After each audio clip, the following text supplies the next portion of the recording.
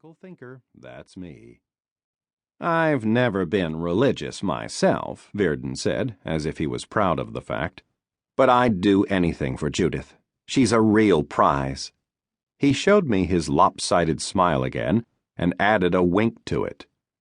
Her father happens to be loaded. I'll be set for life once we're married.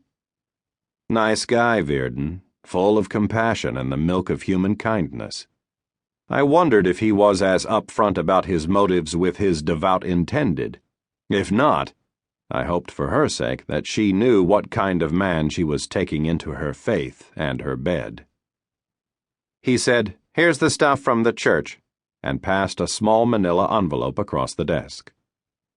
Inside, paper clipped together, were a 2-page letter from the judicial vicar of the Diocese of San Jose addressed to Roxanne L. McManus at an address in Blodgett, California, a church brochure, a form to be filled out by Ms. McManus and returned to the diocese, and an SASE.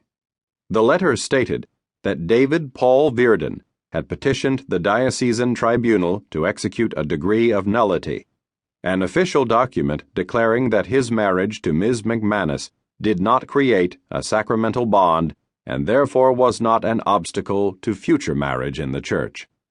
There was a list of 12 points informing Ms. McManus of her rights in the matter, among them the right to appoint a procurator advocate and the right to review copies of the acta, the first instance decision, and the second instance decision in the office of the local tribunal.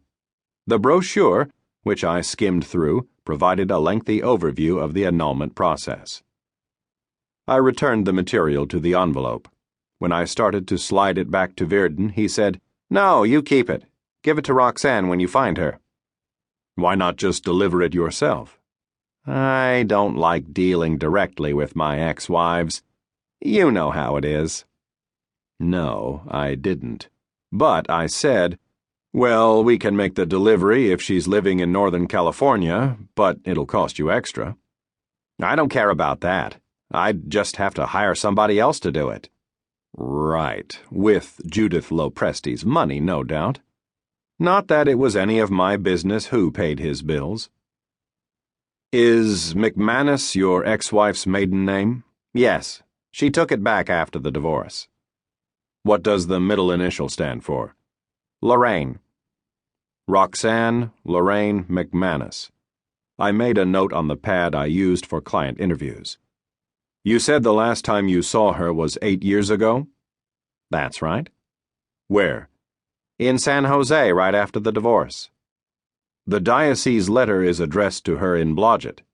"Her hometown. She moved back there." "But she's not there now." "No, I checked and my lawyer checked. She moved away again about 7 years ago and nobody's heard from her since." "Then where did the diocese get the address?" "It's her Aunt Alma's. I gave it to them. They had to have one for the form." "But the aunt doesn't have any idea where Roxanne is?" "No idea. Complete silence since she sold her pet shop and left Blodgett again." "Does the aunt know why she moved?" "Told Alma she was going into business with a friend." "Friend's name?" "Didn't say, or if she did, Alma forgot it. Somebody she'd just met." "Male or female?" "Couldn't remember that either. Alma's memory's not what it used to be."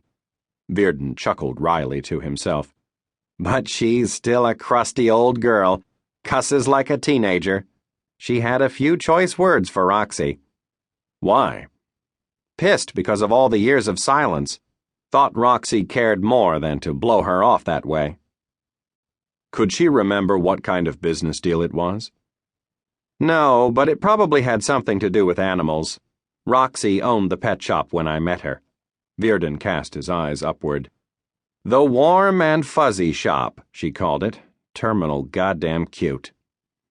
"Where is Blodgett exactly? I've never heard of it." "No reason you should have. It's a nowhere little town up near the Oregon border." "Is that where you were living while you were married to her?" "God, no," Virden said. "It's where she lived when we met. I was a salesman working the Highway 5 corridor in those days, on the road most of the time. She was eating alone in a restaurant I stopped at one night.